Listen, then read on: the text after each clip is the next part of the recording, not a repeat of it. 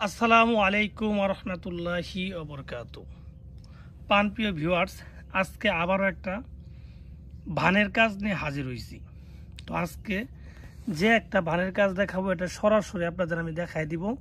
এটা একটা রুগী কাজ দিছে, হালিমা আফা তার কাজটা করতেছি। সে লন্ডন থেকে একটা কাজ দিছে, 24 ঘন্টার ভিতরে সরাসরি তাকে ভান মেরে একবারে মেরে ফেলতে হবে। উনি যে রুগীর কাজটা দিছে, যে ব্যক্তির কাজটা দিছে, তাকে একবারে মেরে ফেলতে হবে। তো ভিউয়ার্স, আজকে আমি তার ওই কাজটা সরাসরি করব। যখন তো নদীর পাড়ে আইছি, তো চাইলাম যে আজকে আপনাদের এই কাজটা দেখাই দিই এবং শিখাই দিই একটা পরীক্ষিত কাজ। কারণ এটা আমার পরীক্ষিত কাজ, তো যেন আপনারা আপনাদের প্রয়োজনে কোনো কাজ থাকলে, কোনো ব্যক্তিকে ভান মারা থাকলে যেন আপনারা নিজেরাও করতে পারেন। তো ভিউয়ার্স, আজকে এরকমই একটা মারাত্মক ধরনের ভয়ঙ্কর ভানবিদ্যা নিয়ে আপনাদের মাঝে আলোচনা করবো এবং কাজটা করে সরাসরি দেখাই দিব কিভাবে মানুষকে ভান মেরে মেরে ফেলতে হয়। এটা হচ্ছে 100% একটা কুফরি বিদ্যা এবং বা কুফরি পদ্ধতি, ভান মেরে মানুষকে মারার। তো ভিউয়ার্স, আপনারা দেখতেছেন এটা একটা মূর্তি বানাইছি। তো এটা হচ্ছে যাকে মারবো তার সুরত ভেবে ভেবে এই মূর্তিটা বানানো হয়েছে। এখন এই মূর্তির উপর যে ভানটা চালান দিব, আমি 1 সেকেন্ডের জন্য ভাববো না যে আমি একটা মূর্তির উপর বা একটা পুতুলের উপরে ভানটা প্রয়োগ করতেছি। আমি সরাসরি ভাববো যে একটা যাকে করতেছি, যাকে উদ্দেশ্য করে করতেছি, তাকেই মারতেছি। এখানে অন্য কোনো কিছু আর ভাবার আমার দরকার নেই।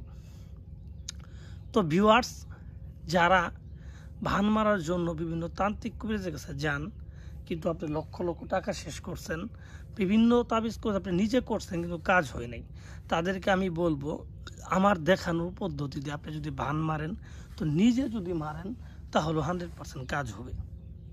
তো আসলে ভান মেরে তো আর কাউকে দেখানো যাবে না। তো এই ভানটা কিভাবে মারবো আপনাদের আমি বলে দিচ্ছি। আপনারা যারা এইভাবে মারতে চান তারা কিন্তু মারতে পারবেন। এটা কোনো তাবিজ কবজ না, সরাসরি একটা ভান চালান। তো ভিউয়ার্স, আজকে হচ্ছে মঙ্গলবার, ঠিক দুপুরবেলা আমি নদীর পাড়ে আইছি। নদীর পাড়ে আসার পরে একটা মূর্তি বানাইছি, যাকে মারবো তার উদ্দেশ্য করে, তার কথা মনে মনে ভেবে, তাকে তার শুরুটাকে মনে মনে ভেবে এই মূর্তিটা বানানো হয়েছে। তো ভিউয়ার্স, এই মূর্তিটা বানানো হয়েছে এবং দেখেন মূর্তির যাকে মারবো তার ব্যবহার করা কোনো কিছু ছিল না, শুধু একটা ব্রাশ ছিল। এই ব্রাশটাই আমি এই তাবিজের মধ্যে দিচ্ছি। এই তাবিজের নিয়ম ছিল তার ব্যবহার করার যে কোনো কিছু এই তাবিজের মধ্যে দিতে হবে। তো কোনো কিছু পাই নাই, শুধু একটা ব্রাশ পাইছি, এই ব্রাশটা আমি এই তাবিজের মধ্যে দিব। তো ভিউয়ার্স, তো ঠিক দুপুরবেলা নদীর পাড়ে এসে একটা মূর্তি বানাইবেন, আমিও বানাইছি। বানানোর পর এই মূর্তির ভিতরে একটা তাবিজ আছে, সাইডে যে তাবিজটা আমি দেখাই দিতেছি, এটা হচ্ছে এই তাবিজটা আপনি পূর্বে বাড়ি থেকে লিখে আনবেন। লিখে আনার পরে তার নাম, তার বাবার নাম লিখে দিবেন। লিখে এই মূর্তিটা যে লিখছেন, এই মূর্তিটার ভিতরে এই তাবিজটা দিছি, মূর্তিটার ভিতরে এই তাবিজটা দিছি।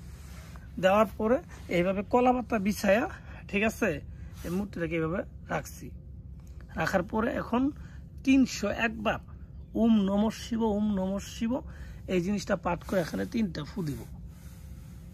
3টা ফু দেওয়ার পরে আপনি দেখতেছেন এই ব্রাশটা আর এই হাড়গুলা এই তাবিজের মধ্যে দিছি।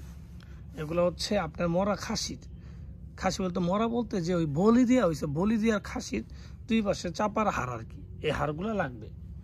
তো এইভাবে আমি মনে করেন বলি দেওয়া 2টা হাড় এভাবে দিয়ে দিছি, ঠিক আছে, দিয়ে রাখছি।